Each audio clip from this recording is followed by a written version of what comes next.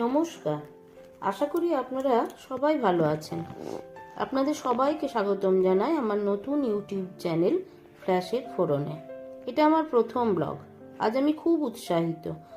আজ আমরা বেরিয়ে পড়েছি চন্দননগর থেকে বেলুর মঠের উদ্দেশ্যে।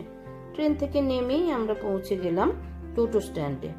এই পথটুকু আমরা টোটোতেই যাব। আমরা প্রায় পৌঁছে গেছি বেলুর মঠের ভেতরে ঢোকার সেই রাস্তায়। সত্যি মন একবারে মুগ্ধ করে। এই দুপাশে সারি সারি গাছ, কি অপূর্ব দেখতে। এই পথ ধরে হাঁটতে ভীষণ ভালো লাগছে। আমরা মঠের এই সুন্দর পরিবেশে কিছু ছবিও তুলেছি, যদিও ভেতরে বেশি ভিডিও করার অনুমতি নেই, তাই বেশ কিছু মুহূর্ত শুধু ছবিতে বন্দি করেছি।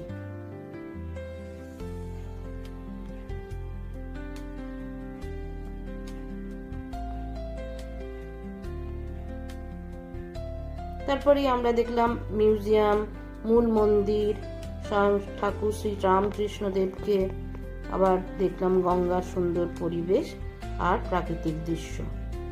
আর বেলুর মঠের সেই উঁচু চূড়া, যা আমরা বিস্ময়ে তাকিয়ে রইলাম। তারপর গেলাম প্রসাদ খেতে। প্রসাদ খেয়ে যেই বেরোচ্ছি, দেখি মুষলধারে বৃষ্টি। তারপর সেখান থেকে আমরা ওই বেলুর মঠের খুব কাছে যে রঙ্গলি মল, সেখানে পৌঁছে গেলাম। কিছুক্ষণ সেখানে ঘোরাঘুরি করবার পর আমরা ফুড কোর্টে গিয়ে সুস্বাদু ব্রাউনি উইথ আইসক্রিম অর্ডার করলাম। তারপর চটপট সেটা খেয়ে নিয়ে রওনা দিলাম বাড়ির উদ্দেশ্যে। সব মিলিয়ে আজকের দিনটা অসাধারণ কাটলো।